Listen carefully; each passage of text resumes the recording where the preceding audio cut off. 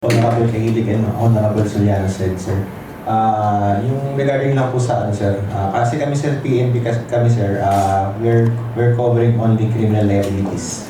So sa nangyari na to, during the kind of investigation, wala pa kami nahanap na wala criminally liable.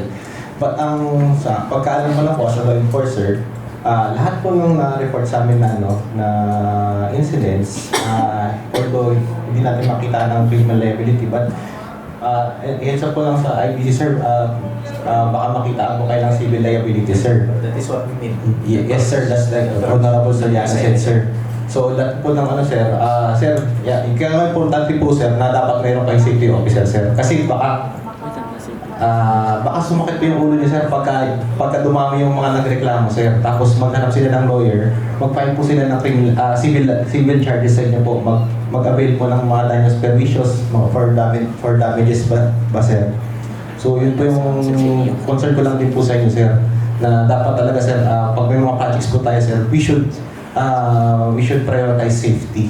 Kasi nasakit po yung ulo niyo, sir. Magbabayad po ng mga damages pervicious, magpe-pervicious po kayo, sir. Yun lang din po yung concern ko, sir. And then at the same time, sir, as what to Honorable Listora said, sir, actually, sir, upon looking on this sir, incident, sir, meron po kaming meron kaming project, sir, na in coordination sa mga stakeholder natin sa PABIA, we will put up a HIPAD or Highway Patrol Assistance Desk na maglalagay po tayo ng doon sa HIPADs, just kung may manya, kasi guys, Puka Flyover is a place of convergence. So, kami as PNP, so maglalagay po talaga kami ng personnel para just in case may mga incidents, malapit po yung magdali po makaka-responde yung PNP natin, sir.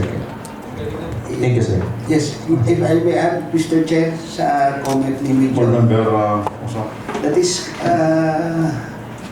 Honorable Goroseta, no? Tama yung sinasabi ni Major, may civil liability tayo dyan. The municipality of PABIA, in cases of accidents, under your responsibility, sa civil code nandyan yan. So please take note of that. Tama yung sinasabi niya.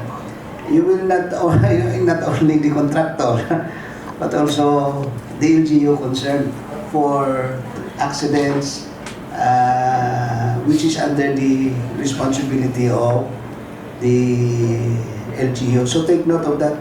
Tama yung sinasabi niya. Thank you. that is Article 2189 of the Civil Code. Yes.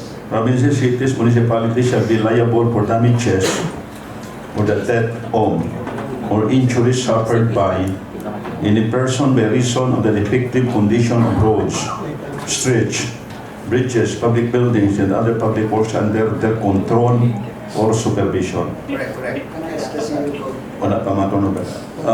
Member, Groseta? First and foremost na ma-reaction ko sa hanggal ni Honorable Listora. Actually, Honorable, every corner, kapabiyatan may CCTVs kami. Kompleto kami dyan kasama. Bisan din kamato dyan sa Bandua Kapabiya, monitor kira naman tanan, ano? So that is the reason why not all of the accidents are related to the projects as well. So case-to-case basis, ang isang rason, kung gusto niyo mabal ka data, may ginatawag kami dyan nga PABIA papers pala sa Disaster Risk Management Council. Kompleto sanda. And every ang nag-responde ang ambulansya, it is recorded together with the Philippine National Police. Diyan tanan, no? So, kung gusto na makalantaw, Honorable Soliano, we will ask the concerned agency regarding with that concern as well, no? So, with the interaction with the Honorable also, yes, we know that we are also responsible with the civil responsibility regarding whatever projects or whatever what we are doing.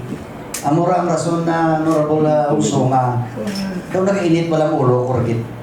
May apology to the IBC, to the DPWH.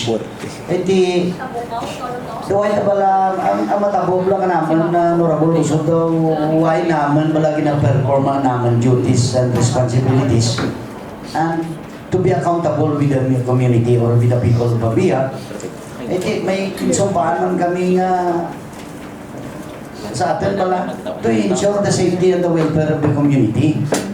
So dyan kiratan na permit, kung pabayaan ka lang with the negligence of the other agencies, kami man ang kapanapat.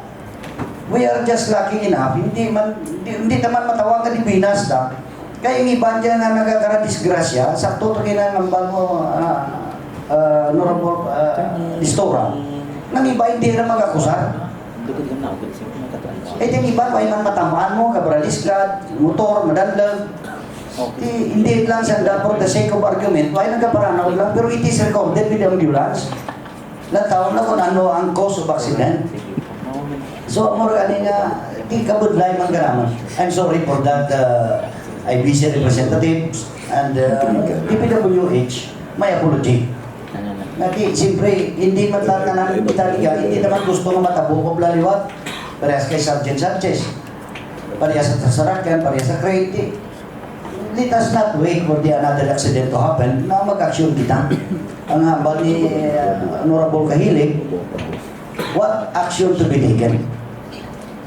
Are we going to wait for another one to do the action, or are we going to do the action before the another one?